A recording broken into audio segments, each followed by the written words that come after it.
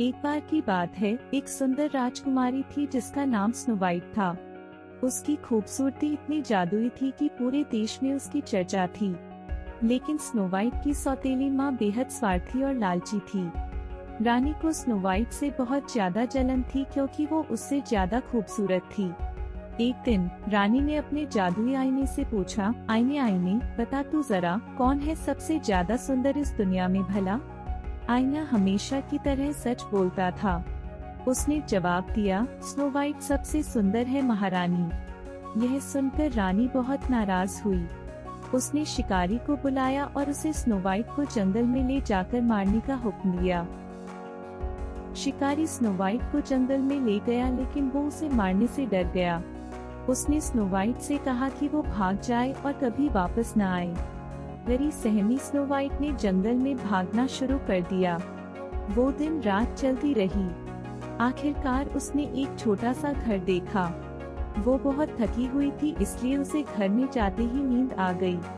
वास्तव में यह घर 7 बौनों का था। जब 7 बौने काम से लौटे तो उन्होंने घर में स्नो वाइट को देखा और बहुत चौंक गए। तुम कौन हो? उन्होंने पूछा।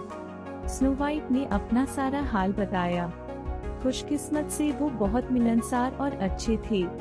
उन्होंने स्नो वाइट को रुकने की इजाजत दी, इस शर्त पर कि वो घर का सारा काम करेगी और उनके लिए खाना बनाएगी।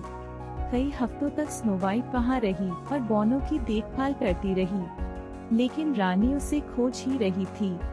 एक दिन जादुई आईने ने उसे बताया कि स्नो वाइट अभी भी जिंदा है और 7 बौनों के घर में रह रही है। यह सुनकर रानी बहुत गुस्सा हुई। उसने सेब में जहर मिलाया और बुढ़िया का भेष बनाकर बौनों के घर पहुंच गई। जब स्नो वाइट ने दरवाजा खोला तो उसने सेब खाने के लिए दिया। मासूम स्नो वाइट ने भूलवश उस सेब को खा लिया और बेहोश होकर गिर पड़ी। जब बौने वापस आए तो उन्होंने स्नो वाइट को देखा और बहुत दुखी हुए। उन्होंने उसे किसी गहरी नींद में सोया हुआ समझा। बौने स्नो वाइट को लेके अंदर चले गए और फिर उसकी देखभाल करने लगे। इस तरह बहुत समय बीत गया, लेकिन स्नो वाइट नहीं उठी। एक दिन एक राजकुमार वहाँ से गुजर रहा था। जंगल के बीच में उसे एक छोटा सा घर दिखाई दिया। उसने जब घर की खिड़की से झांका तो उसे स्नो वाइट दिखाई दी। वो बहुत सुंदर थी। राजकुमार अंदर गया और बौनों से पूछा कि ये कौन है। बौनों ने उसे हर बात बताई। राजकुमार स्नो वाइट की सुंदरता से मोहित हो गया। उसने स्नो वाइट को उठाने की कोशिश की, लेकिन वह नहीं उठी।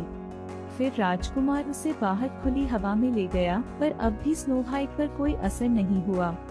राजकुमार को जब कुछ नहीं सूझा तो उसने स्नो वाइट को किस किया और फिर स्नो वाइट ने आंखें खोल दी। वो जीवित हो गई। राजकुमार ने फैसला किया कि वो स्नो वाइट के साथ महल चलेगा। उन दोनों ने बौनों को धन्यवाद दिया और महल की ओर चल दिए।